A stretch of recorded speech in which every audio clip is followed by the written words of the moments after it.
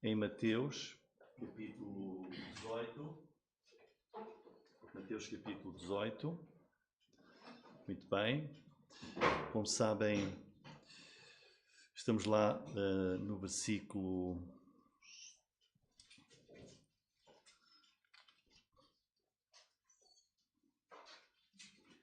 15. Vamos começar no 15.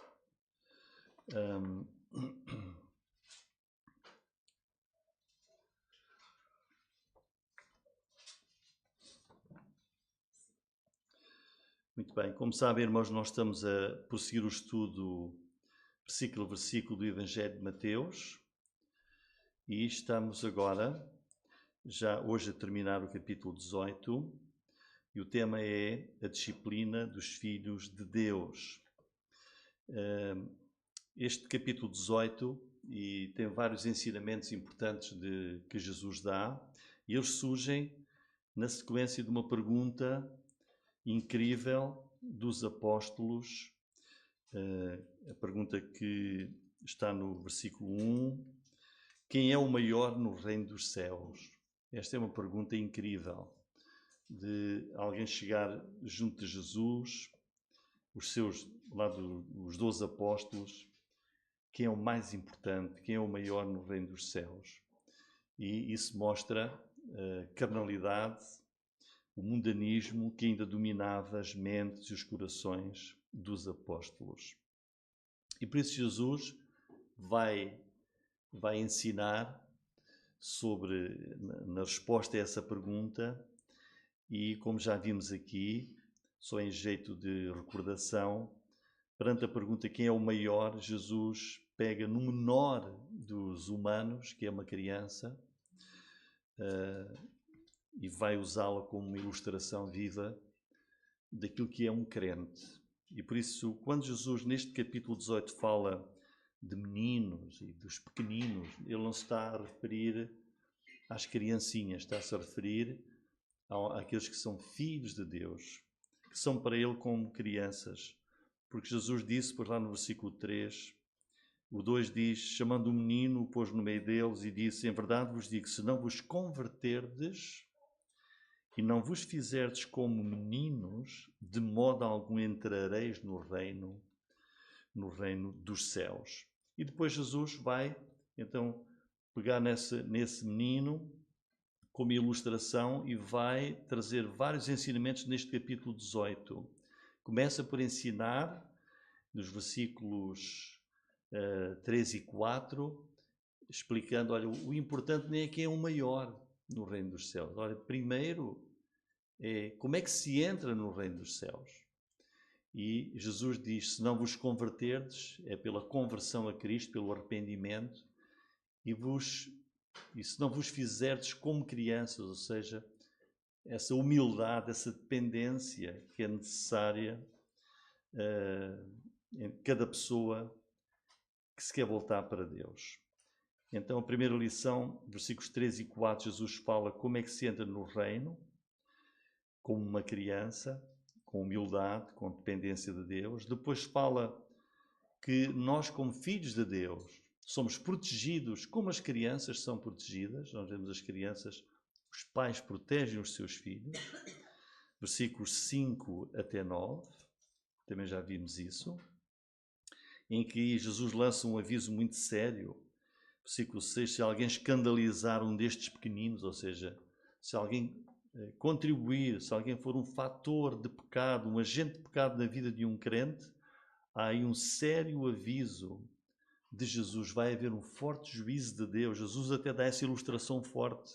Olha, era melhor que se lhe pendurasse ao pescoço uma mó de azenha e se submergisse na profundeza do mar.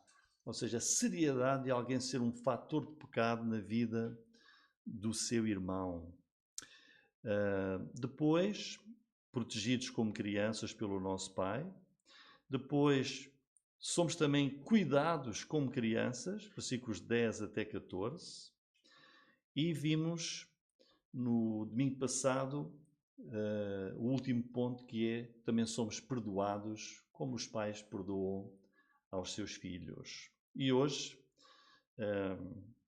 vamos tratar do outro tema que Jesus trata aqui, versículos 15 até ao versículo 20, fala da disciplina dos filhos de Deus. Esta passagem, pensa aqui que eu vou ler, diz assim: ora, se teu irmão pecar contra ti. Este é o exemplo. Ora, imagina que teu irmão peca contra ti. Vai e repreende-o entre ti e ele só. Se te ouvir, ganhaste a teu irmão.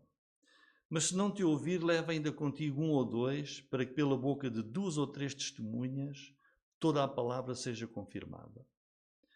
Se não as escutar, dize-o à igreja. Se também não escutar a igreja, considera-o como um gentio publicano. Em verdade vos digo que tudo o que ligardes na terra será ligado no céu. Tudo o que desligardes na terra será desligado no céu.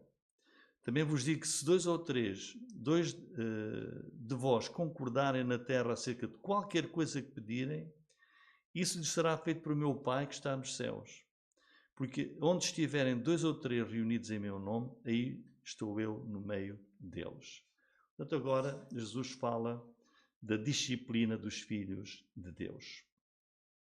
E esta passagem é uma passagem importante, porque nós somos humanos, não somos perfeitos, embora estejamos a prosseguir para a perfeição, mas sempre acontecem problemas entre nós. E isso é indicado no versículo 15. Se teu irmão pecar contra ti, se houver algo que é feito contra ti, uma ofensa, um problema que é causado, como resolver isso na igreja? Como resolver isso entre os irmãos?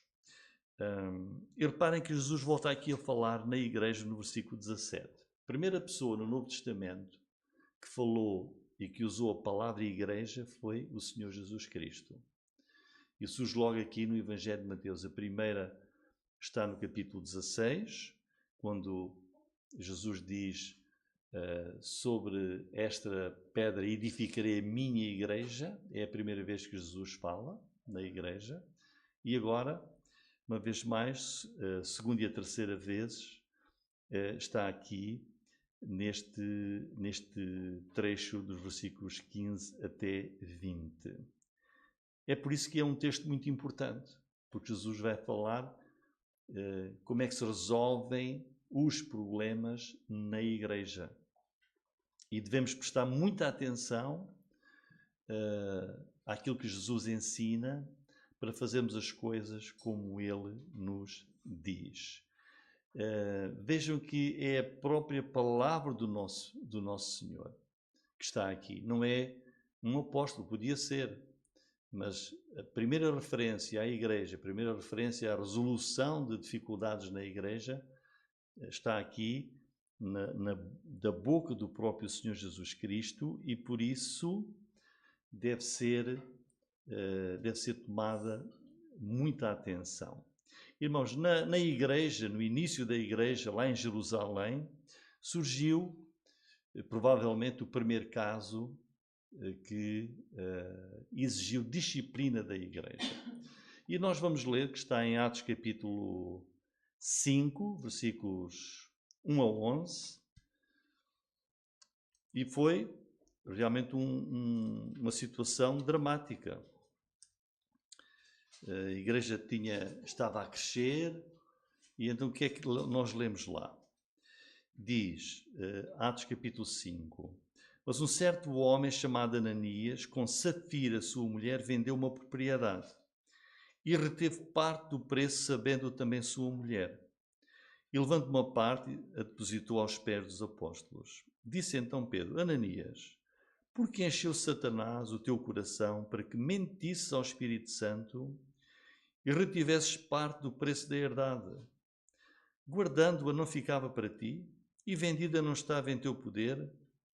Porque formaste este desígnio em teu coração. Não mentiste aos homens, mas a Deus.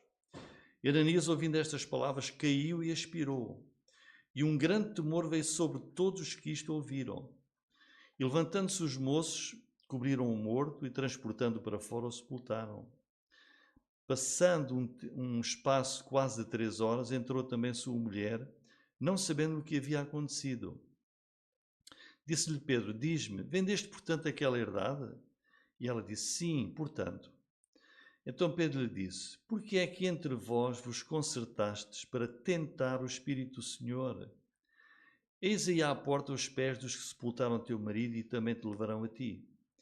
E logo caiu aos seus pés e expirou. E entrando os moços acharam-na morta. E levando-a para fora, sepultaram junto de seu marido. E houve um grande temor em toda a igreja e em todos os que ouviram estas coisas.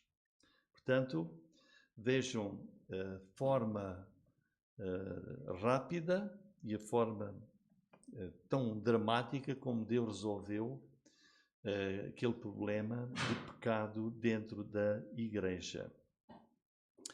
E, neste caso, foi o próprio Deus que resolveu este assunto, exercendo disciplina com muita firmeza.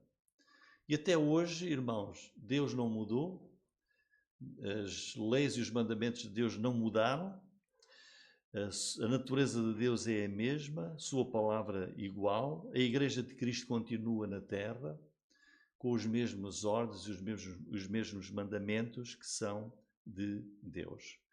Portanto, este assunto da disciplina na Igreja é, de facto, muito importante. Nós podemos ler sobre outros casos de disciplina na Igreja, por exemplo, em 1 Coríntios capítulo 5.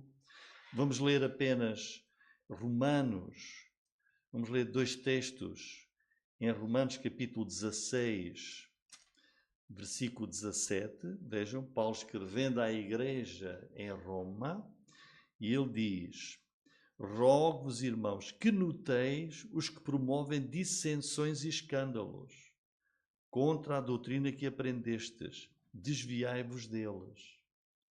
Aqui um mandamento também de Paulo pede à igreja para exercer disciplina nestes casos. Depois Hebreus, capítulo 12, versículo 5. Também o que é que nós aprendemos aqui? Diz: já vos esquecestes da exortação que argumenta convosco como filhos? Ou seja, o que diz a palavra de Deus a nós, que somos filhos de Deus? Ainda não resististes até ao sangue, combatendo contra o pecado. Já vos esquecestes da exortação que argumenta convosco como filhos? O que é que diz? O que é que Deus nos diz? Filho meu, não desprezes a correção do Senhor. Não desmaies quando por ele for repreendido, porque o Senhor corrige o que ama. Açoita a qualquer que recebe por filho.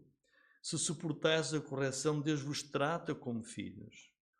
Porque que filho há a quem o pai não corrija? Mas se estáis sem disciplina, da qual todos são feitos participantes, sois então bastardos e não filhos. Quer dizer, Deus quer santidade na vida dos crentes, na vida da igreja. E muitas vezes, para que haja essa santidade, é preciso o exercício da disciplina.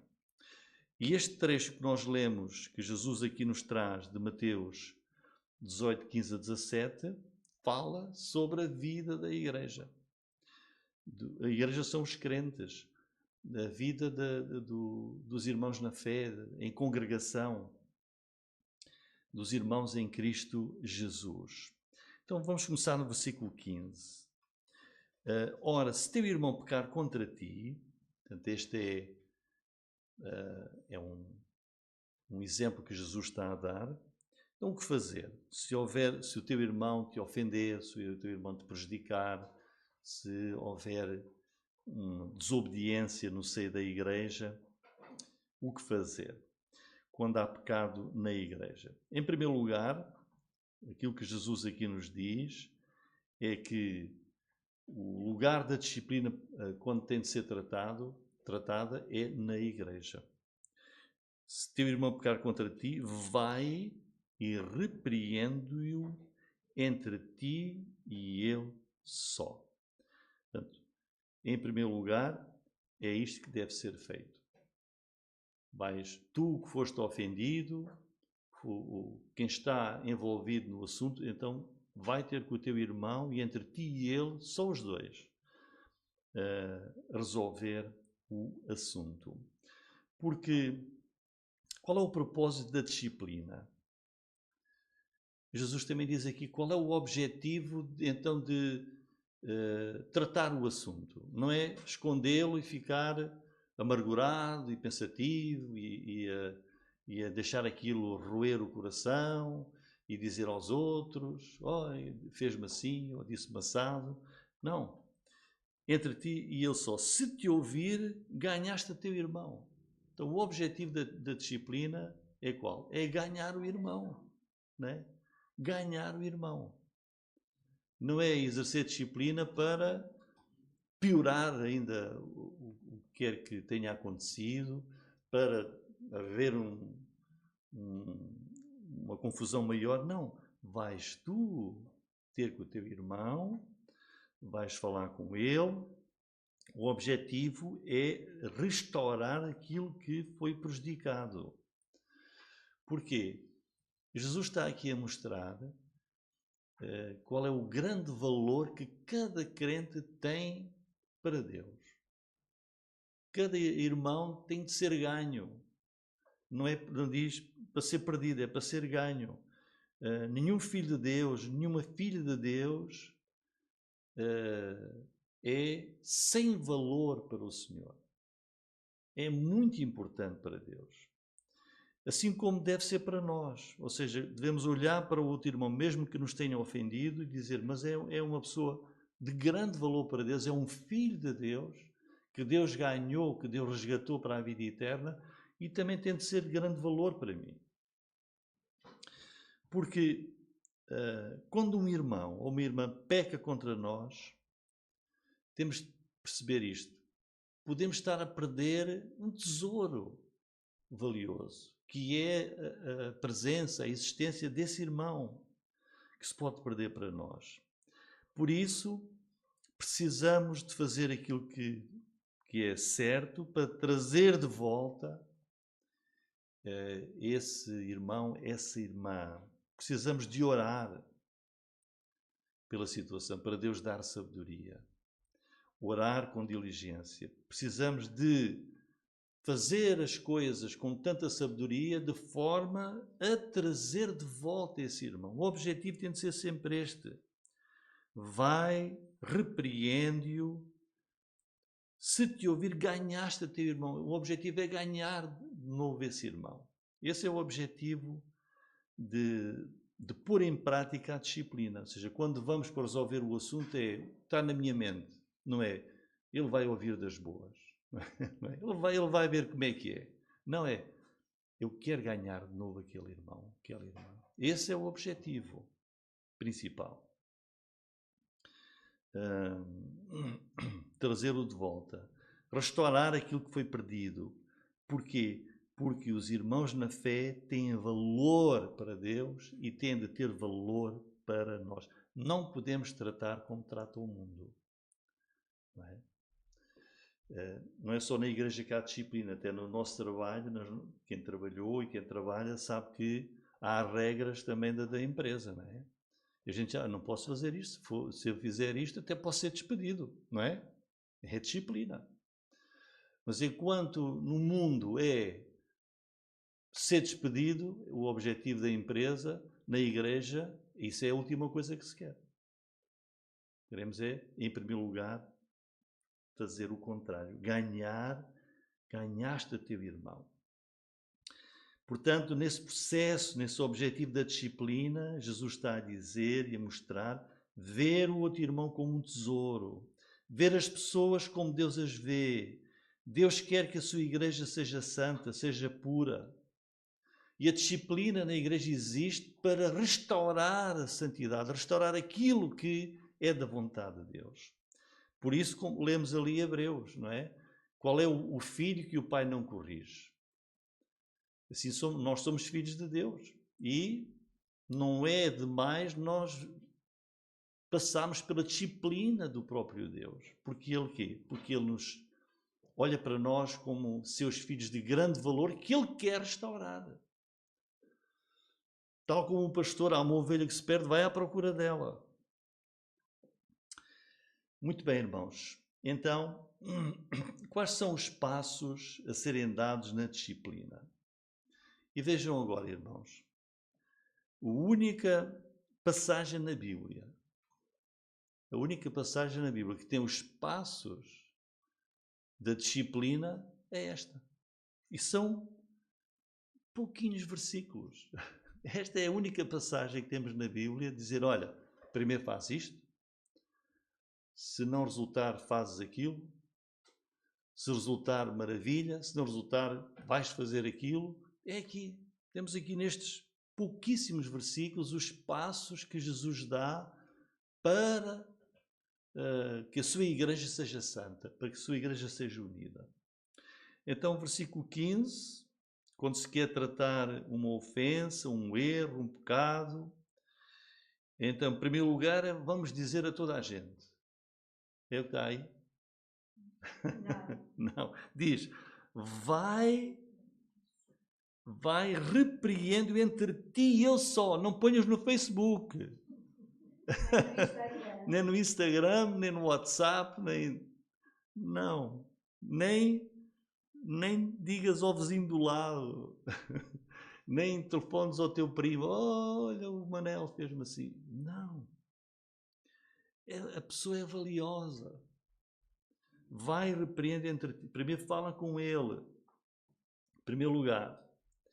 O problema deve ser tratado entre os irmãos ofendidos. Deve haver humildade, coragem, amor e procurar explicar ao outro porque é que biblicamente o que ele fez foi errado. Dizer, irmão ou irmã, você disse isto, você fez aquilo, olha, a palavra de Deus diz, é mau, isso está mal, isso é errado. Não é? Aquilo que praticou não está correto. Mas vamos com vontade de resolver, vamos com vontade de reconciliação, vamos com amor. E Jesus diz aqui, olha, se resolver, está feito. Não é? Se te ouvir, ganhaste a teu irmão. Nem digas mais nada, nem voltes a falar com ele, nem digas a ninguém. Sequer, olha, houve um problema, mas eu fui e resolvi. Não, já passou. Não é? Já passou. O diabo vai usar todas as coisas para separar os irmãos. Muito bem. Então há pecado, há erro, vai falar com o teu irmão. Se resolveu, está tudo encerrado. Mas o versículo 16 diz, olha, mas há a possibilidade das coisas não serem resolvidas. Mas se não te ouvir, leva ainda contigo um ou dois, pela boca de 2 ou 3 testemunhas, toda a palavra seja confirmada. Portanto, há a possibilidade, não aceitou a correção que se queria, que era necessária. Não ouviu. Então, neste caso, o irmão ofendido pede a ajuda, a colaboração de mais 2 ou 3 para poderem ir ajudar, porque já houve teimosia, porque não aceitou a primeira observação, não aceitou. Então, talvez com mais 2 ou 3 possa ser melhor com essa ajuda. Porque o assunto tem de ser tratado, diz Jesus, tem de ser tratado, não é? Não é para esquecer, é para ser tratado. Depois, versículo 17. E então foram falar novamente com a pessoa que está em erro, e se não os escutar, esses 2 ou 3 que foram, então diz-o à igreja. É já o terceiro passo. Diz, olha, então, sendo assim, não há alternativa, senão eu vou ter que dizer à igreja, e a igreja pode orar, e outros irmãos podem ir falar. Olha, mas deixei eu tentar, enfim, várias coisas podem acontecer. Todas elas são bem-vindas para ganhar de novo aquele irmão. Se também não escutar a igreja, consideram como um gentio e publicano. E aqui é a situação mais aguda, que a Bíblia diz-nos que o pecado é como o fermento e que, se não for tratado, espalha-se, influencia, como o fermento influencia toda a massa, e o erro pode progredir na congregação, pode causar danos maiores nos outros irmãos. E aí Jesus diz-se: então, se também não estiver disposto a se humilhar, a se arrepender, a admitir, a querer emendar-se, não escutar a igreja, então com tristeza, com pesar, as palavras que Jesus aí diz, deve ser excluído de membro da igreja. Por exemplo, Paulo diz aos Tessalonicenses, capítulo 3, na segunda carta, versículo 6, mandamos-vos, porém, irmãos, em nome do nosso Senhor Jesus Cristo, que vos aparteis de todo irmão que anda desordenadamente, e não segundo a tradição que de nós recebeu.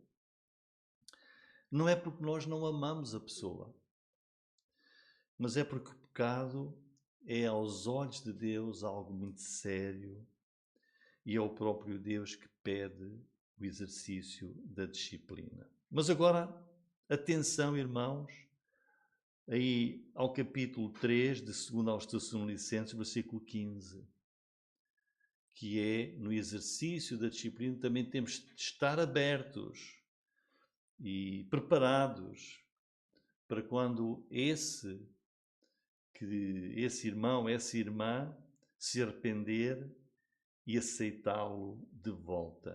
Diz: todavia não tenhais como inimigo, mas admoestai-o como irmão. Não é teu inimigo. Se ele se arrepender, se ele emendar o seu caminho, ele é teu irmão. Ou seja, estamos sempre prontos para a reconciliação de um irmão que pecou, mas que se arrependeu. É o equilíbrio que tem de existir na igreja. E depois, versículos 18 e 19, Jesus diz: em verdade vos digo que tudo o que ligardes, está a dizer, olha, a igreja vai tratar do assunto. Chegou aqui já, particularmente não deu, 2 ou 3 foram, não resolveu, depois foi a igreja e a pessoa continuou a não atender, ou se depois se arrepende e volta e diz: olha, em verdade vos digo que tudo o que ligardes na terra será ligado no céu. Tudo o que desligardes na terra será desligado no céu. Também vos digo que se 2 de vós concordarem na terra acerca de qualquer coisa que pedirem, isto lhes será feito por meu Pai que está nos céus. E aqui, irmãos, estes versículos muitas vezes são usados fora do contexto. O contexto aqui o contexto é a disciplina na igreja, sobre uma pessoa em pecado que não se arrepende e se mantém rebelde. E Jesus diz que isto tem de ser feito assim. E, portanto, Jesus está a dizer aqui, olha, então se vocês concordarem na terra sobre qualquer coisa, vocês desligarem na terra, no céu também será desligado. Ou se ligarem na terra, será ligado também no céu. O que é que Jesus quer dizer com isto? Vamos tentar perceber melhor. Jesus está aqui a dizer,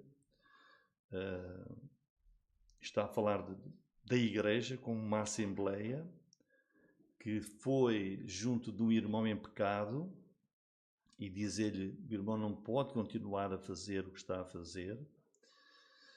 O irmão está em pecado, está a viver fora da palavra de Deus, precisa de se arrepender, de deixar esse pecado, desviar-se dessa transgressão, porque não pode continuar a viver assim e ser parte da igreja de Deus. E depois, que Jesus está aqui a dizer nos versículos 18 e 19, está a mostrar a autoridade que tem a igreja quando se baseia na palavra de Deus. Ou seja, quando a igreja age e atua seguindo os princípios da palavra de Deus, aquilo que o nosso Deus que está no céu, que nos deu a sua palavra e nos dá as suas orientações, aquilo que a igreja fez biblicamente o céu aceitou. Ou seja, a igreja tem autoridade para ir ter com o irmão e exercer disciplina sobre ele e decidir, olha, então, se não aceitou, ele tem de ser excluído da igreja. Então, mas a igreja tem autoridade? Sim, porque a palavra que nós temos é a palavra do céu. A palavra do Deus que está no céu. E por isso, quando a igreja está a agir em amor, em verdade e biblicamente, aquilo que foi feito tem a concordância do céu. É a mesma coisa, irmãos, se uma pessoa vier à igreja e nós lhe perguntarmos, olha, o Senhor já creu em Jesus Cristo e já se arrependeu do seu pecado e crê nele como seu Salvador? E se a pessoa disser sim, eu arrependi-me, ouvi a palavra de Deus e eu creio e eu aceitei Jesus como meu Salvador. Então a igreja, baseada na palavra de Deus, tem autoridade para dizer a essa pessoa que ela tem os seus pecados perdoados e que ela tem a bênção da vida eterna. Mas se alguém disser em resposta, não, eu nunca recebi Jesus Cristo como meu Salvador, a mesma igreja, pela autoridade da palavra de Deus, vai dizer, olha, então continua em pecado, continua em transgressão perante Deus, e se não crer em Jesus Cristo, não vai ter a vida eterna. Portanto, a igreja é a igreja de Jesus. Os mandamentos que a igreja tem são aqueles que o Deus do céu nos deu pela sua palavra que foi inspirada, e por isso que a igreja, ao agir biblicamente, ao seguir as orientações da palavra de Deus, aquilo que decide foi ligado ou desligado no céu. Neste sentido. Então, irmãos, é por isso que a igreja deve ser fiel, a igreja deve seguir a palavra de Deus. É uma grande responsabilidade ser crente, é uma bênção, mas é uma responsabilidade sermos igreja, sermos parte da igreja, orarmos para tomarmos sempre com sabedoria as melhores decisões. Versículo 20. Porque onde estiverem 2 ou 3 reunidos em meu nome, estou eu no meio deles. A igreja está reunida hoje aqui no nome de quem? De Jesus. Então o que é que Jesus está a dizer? Se estamos reunidos em nome de Jesus, conforme a sua palavra, e dizer, aí estou eu no vosso meio. Tem a minha aprovação. Se tudo aquilo que a igreja decidir pela palavra de Deus, Jesus está no meio, está presente, está entre nós. Então, o que for decidido foi ligado no céu, ou desligado, conforme a decisão que é tomada. Portanto, irmãos, em conclusão, este assunto da disciplina não é o assunto mais agradável que nós temos para tratar. Mas ainda bem que nós estamos a estudar o Evangelho de Mateus de uma forma expositiva, significa que não andamos a saltar de texto em texto. Aquilo que vem na sequência é isso que nós tratamos. E por isso, esta é uma palavra importantíssima para a vida da igreja, que nós possamos agir em conformidade com a palavra de Deus. Jesus é o bom pastor e deixa-nos o exemplo daquela ovelha perdida, em que deixamos as 99 que estão bem, que estão fiéis, que estão no caminho do Senhor, mas há aquela que se perdeu, vamos em busca dela, para a trazer de volta. Que nós, como igreja, também possamos buscar sempre a santidade, possamos aceitar qualquer disciplina que venha da parte do Senhor, mas acima de tudo, nós possamos ser uma igreja fiel, zelosa, por andar nos caminhos do Evangelho. Glória ao nome do Senhor Jesus. Amém, irmãos.